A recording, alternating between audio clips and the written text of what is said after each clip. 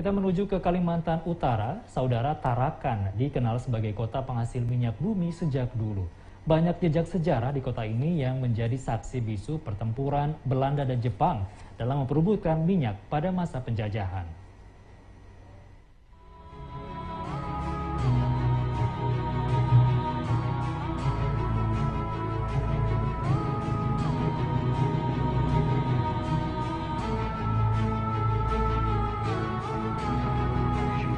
Moves on Tarakan Island off Borneo's north. Pemuda Indonesia sedia mati untuk kemerdekaannya. Di Tarakan, tuan-tuan mengenal kejantanan amat dengan kawan-kawannya.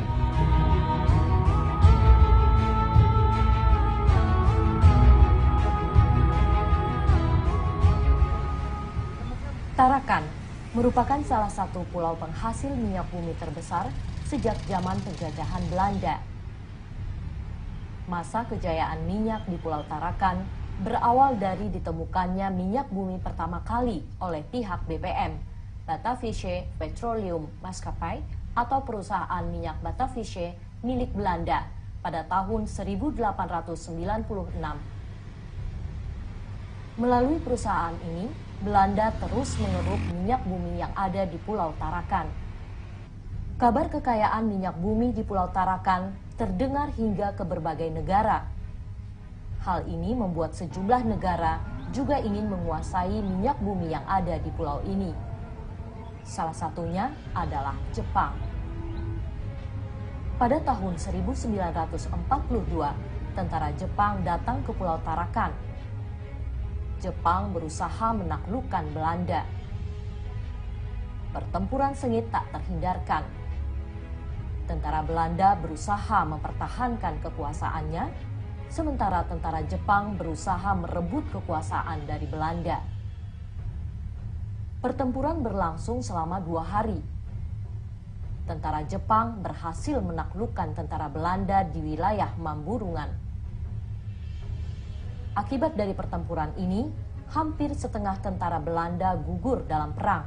Setelah pertempuran usai, Jepang membawa ribuan tentara dari Angkatan Darat dan Angkatan Laut ke Kekaisaran Jepang. Untuk memperluas area jajahan demi menguasai minyak yang ada di Pulau Kalimantan, Jepang juga membuat pangkalan udara untuk mempersiapkan perlindungan udara guna pendaratan berikutnya di Brunei, Labuan, dan Balikpapan. Pasukan Jepang dipusatkan di sekitar Lingkas serta pelabuhan utama Tarakan yang merupakan tempat satu-satunya pantai yang cocok untuk berlabuh.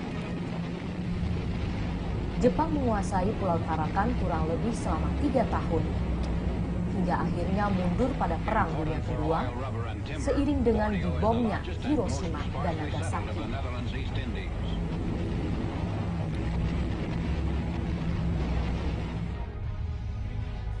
Jejak sejarah kekayaan minyak bumi yang diperebutkan oleh Belanda dan Jepang di Pulau Tarakan dapat dilihat hingga saat ini di beberapa lokasi. Benda bersejarah itu adalah sumur pengeboran minyak serta menara atau rig yang tersebar di berbagai tempat. Beberapa sumur minyak ini masih produktif. Hal ini ditandai dengan adanya pompa angguk yang masih aktif memompa minyak hingga sekarang. Tak heran jika pompa angguk ini dijadikan landmark kota Tarakan yang berlokasi di bundaran Jalan Patimura tak jauh dari Baloi Adat Tidung.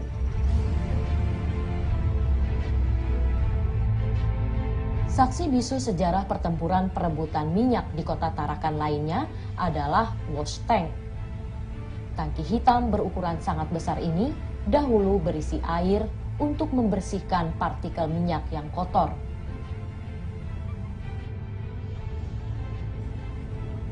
Wash tank dapat dijumpai di dekat Stadion Datu Adil Tarakan.